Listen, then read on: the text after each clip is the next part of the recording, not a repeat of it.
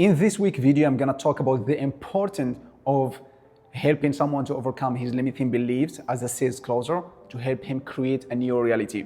This is a big lesson that I learned this week, and I think it's gonna be super valuable to the people actually in sales and people as well that are not in sales. I'm gonna tell you exactly why in the end. So as a sales closer, you know that you're gonna be talking to different prospects, different backgrounds, different people that have different incidents in their own life. And of course, you have to rely to them and you have to help all of them. And the way we do it, of course, we ask questions, we figure out the need, and we present an offer to help them. And we pretty much handle objections if they have. Ideally, like pre-handle them before. There is a small portion of people that you're gonna be talking to that actually have fear and they actually doubt themselves. And those people, they are not bad people. That actually, most of the time, they are people that have different incidents in their own life that made them develop that kind of fear. Sometimes they touch it as an identity, which is wrong. If you try something and you fail, that's a feedback. That's not an identity. It doesn't mean that you are a failure. No, that's just a feedback. That means, well, you tried, it didn't work, try something else. That's usually it. But if you are in the story, it's a little bit hard to think like that.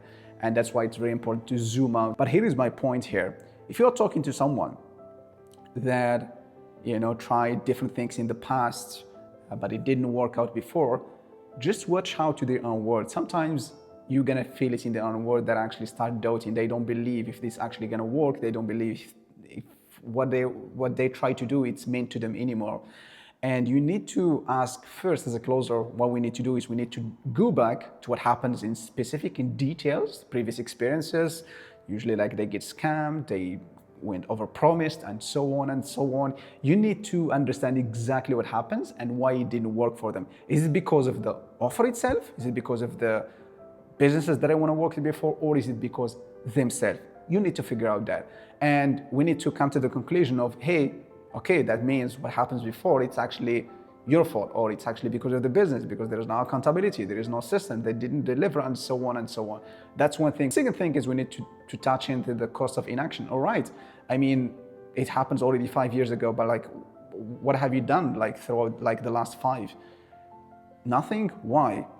You need to hit the cost of inaction at this moment. Okay, so what's gonna happen if you never take action moving forward? Just stay where you're at, working 9 to 5. When they answer and you give all the information, you need to ask him how that's actually gonna impact their own life and who else is gonna be impacted. We need to touch in the relationship side of that equation, which is very important. We're gonna use it there because the deepest of the pain is actually in between relationships, from my experience. So that's very important. And then when you do that, you need to ask them questions of okay, so in order for us to create a new reality, what's need to change? What do we have to let go of? All right, you need to ask them these questions, and when you ask, pretty much, you come to the conclusion that, hey, I have to take a leap of faith. I have to take action and actually try new things, because if I stopped, we already know what's gonna happen. And I wanna share something that I actually learned from Alex Hormozi, that he says, if you had a bad incident in your past, and it happens, you get burned, they took all of your money, whatever, heartbroken. You win one, don't let it win twice in your life. Means if you had if you get scammed that they took all of your money, and in the future you come across an opportunity that can actually help you and you didn't invest and you didn't take action because of the previous experience, that means the past experience wins twice. It's already screwed you twice in your life. The moment it happens and the moment that prevents you from taking the action to change your life, don't let it win twice. All right, I love that. I love that kind of analogy, because after all, we know that, hey, that's not the end of the day. I myself talking to you that I have experienced that I got scammed, and I can tell you if I didn't overcome that challenge or that belief, all right, that fear inside me, I will never be what I'm at today. And because my life changed because I invested in someone to help me to learn the skill of closing, to guide me, to handhold me through this industry and so on. If I didn't did this 5 years ago, my life is not gonna be before, and I got scammed before. So this is something that you just need to work on with the prospect and put him in the reality. So for example, hey, let's assume that this is a 10 out of 10, and of course, what we do demands a lot of time, effort, and energy, set the right expectations with him. And when we are about to make that decision, and you started feeling the kind of fear that actually holding you back again and so on, what are you gonna plan to do?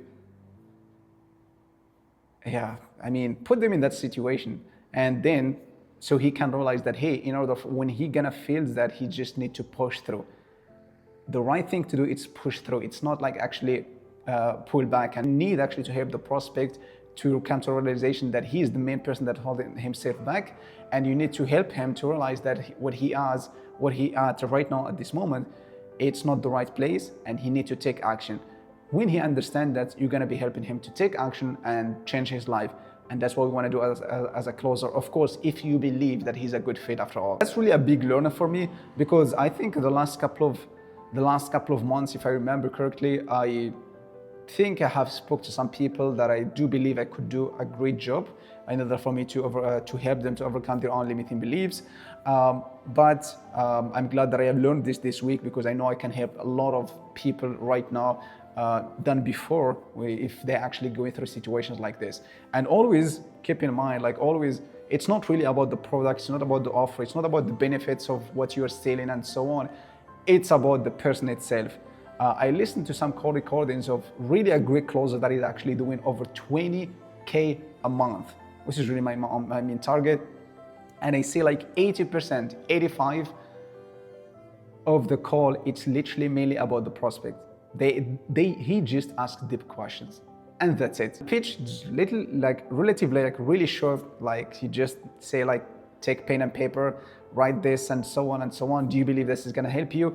And then one thing as well that they do is actually they paint the picture after ad, like, hey, after knowing all of this right now, like how do you see this impacting your future? You need to hear from him that actually what we do is gonna help him. That's really my biggest learning this week that I'm gonna be implementing moving forward. I'd love to share that with you. And I have an update for you as well that I always believe that personal brand works perfectly in any kind of industry. Whatever you do, you need to create like a have to know you, have to know what you are doing. I already have a couple of offers that are actually reaching out to me. I will have a couple of minute interviews the next week about like potential offer. I don't know if they're great or not, but already that's great, because some of them, they come from just watching my own content, and I'm glad to hear that. So it's actually working. Hope this was helpful. If it was, I'm looking forward to see you in the next one.